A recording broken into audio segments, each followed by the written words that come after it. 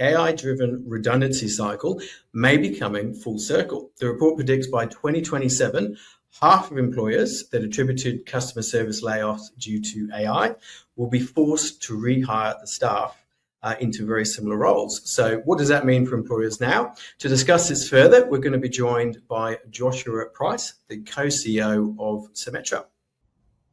Hi there, thanks for having me today.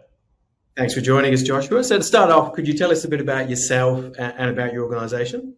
Great. So my name's Josh. As you've heard, I'm the co-CEO of Symmetra. I've spent probably the last 20 years, I think, supporting a wide range of organisations to develop leadership capability, build inclusive cultures, and ultimately drive high-performing teams. And that's what we do at Symmetra. We are a boutique global consultancy, and we really believe that inclusion and inclusive teams are a key to driving organisational purpose and performance.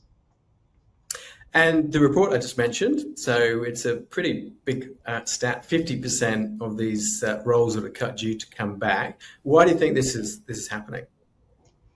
Look, I think a lot of what's happening in the AI space generally is that, is a big FOMO situation where everybody is feeling under pressure to adopt, to implement, and to make significant changes with obviously untold amounts of money being invested into AI development. And probably in many cases, we're all making decisions on the potential of AI, what we believe it can do versus what it can actually do. And I think most of us have now had that experience of using AI for various different things and building new kind of automations and new applications for it. And I think anyone with decent expertise in what they do pretty quickly finds where those limits are, where AI is can be very good at solving a particular task, but it has very limited ability to sometimes extrapolate that to something else and incorporate new pieces of information. For example, I think one of the really well publicized cases of what you were just speaking about was Klarna, the buy now, pay later provider who laid off, I think it was a few thousand people in service roles, which seems like one of those jobs that is highly automatable and AI can do very well. And they are now hiring people back. And this is one of those things where AI is probably very good at taking your data, asking follow-up questions and working through, I think, a decision tree, but it's not going to understand that you're frustrated. If it gives a solution that doesn't work, why it doesn't work, or where human error may be coming into play. And these are things that only people can do when interacting with other people. So that is kind of that limit, I think, that we're all starting to experience, where AI is good at tasks, but it's not good at roles. And that's really where the major kind of distinction is coming in now, is probably companies moving more to saying, okay, how do we assign particular tasks to AI rather than trying to replace entire roles, which it's probably not ready to do yet. And I like your point around the FOMO aspect, that a lot of organizations say we must get AI, we must invest in it, but and I think that's a report actually came out recently that said that a whopping 70 to 80% actually failed to deliver the value that was promised. And I think what we're seeing now is the investment and then, well, show me the return. And even knowing those metrics, I think for a lot of organizations has been quite difficult. And I suspect that's what's coming out and what we're seeing. Do you think with the investments that are made, there's a particular error that's happening with the implementation of AI tools and how that's thought through and rolled out? I think part of what we're experiencing, that the error is kind of even in the language there, is thinking of AI as a tool. In some cases it is a tool, but it's fundamentally different to any kind of other technological tool that we've ever used before. Mm-hmm. So this is not like, hey, we've got a new CRM system, and if we just give people enough training and actually make them use it and turn it into their source of truth, and suddenly we get all the value out of it. And part of the challenge with AI is these are not just adoption challenges. These are kind of deep learning journeys that teams have to go through to fundamentally rethink how they incorporate this new semi-autonomous person / agent / thing team, which plays by different rules. It's totally untransparent. We don't know how it gets to the conclusions that it gets to. It's not part of the team meetings and communication. And that is causing some real tension and issues, I think, in organizations where they've put it into team workflows. But there's not a real understanding of how teams work with this, how decisions are made, where accountability lies, and that is having damaging effects on trust. It's having effects on how the team actually collaborates, because our way of coming together as a team and building shared models of thinking and shared understanding.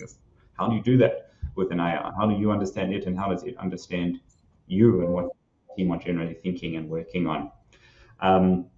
The other one, I think, which is really coming to the fore, which is really important, is having long-term thinking, right? So we're all moving fast and trying to incorporate AI, and there's also a belief that the more we use it, the better it's going to get. And so we target where's the low-hanging fruit, and that's generally in what we would call entry-level roles in organizations. Yeah. But the problem that many organizations are going to face is they are destroying their pipeline. Right. So I think, how do people learn to do the jobs? How do they learn the judgment and the knowledge that turns them to senior leaders eventually without having gone through, I think, all of that? And there are ways to think that through from a long-term skills and workforce planning perspective.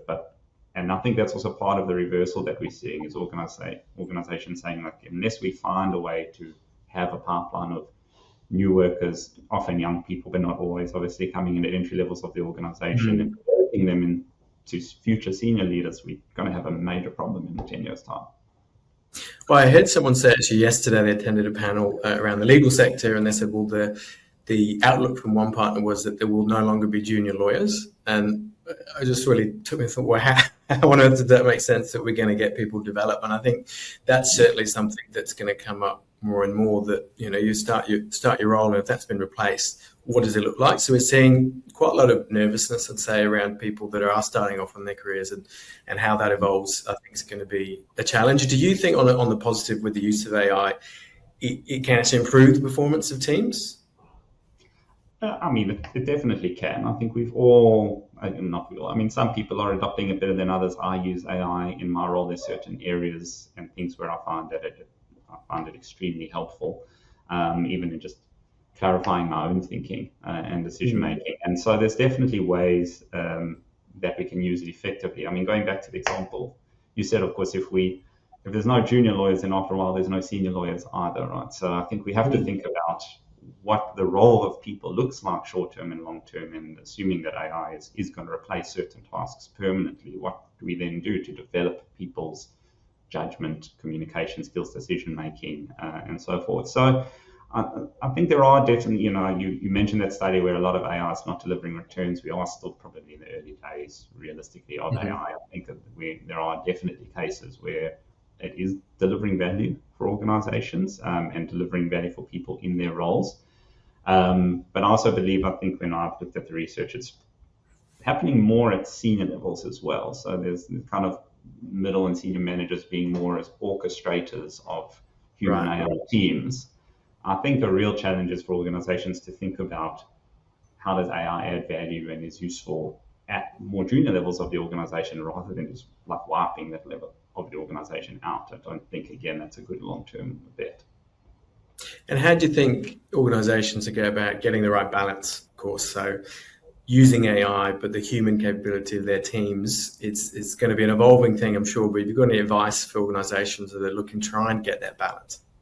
Well, look, one of the things that we do with a lot of our clients, and that's, I think, where Symmetra's core capability is unlocking sort of the human dynamics that enable this to be successful. So organizations have to start to think about this as not just a technological tool rollout, but how do we build leaders who are going to work with their teams in a way that builds trust, that builds safety, that makes people feel that they have a future, that gives them a sense of inclusion, a sense of voice. And that's not straightforward. That's something that is going to be a dynamic learning loop that happens in teams, where people have to really be able to question the AI tools, challenge some of the outcomes, understand really clearly how decisions are made and where they're accountable, where the AI is accountable, and what it means for AI to be accountable for making mistakes.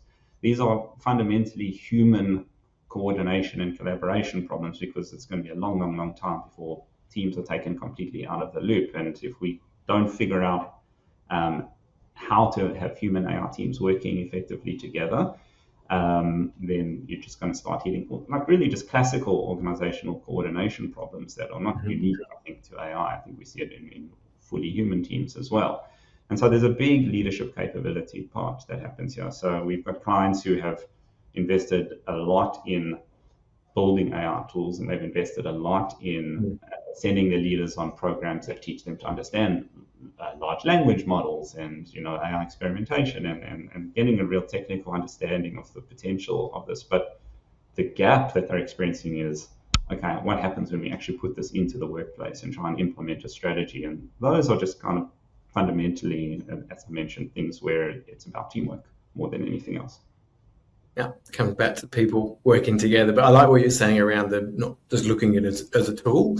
So I really appreciate the insights. I'm sure everyone else listening will as well. If anyone did want to talk about this topic further, of course, or go to have a chat to you about it a bit more in depth, we've got your contact details that we will share. And I really appreciate you joining us today. Thanks so much for having me on. Thank you.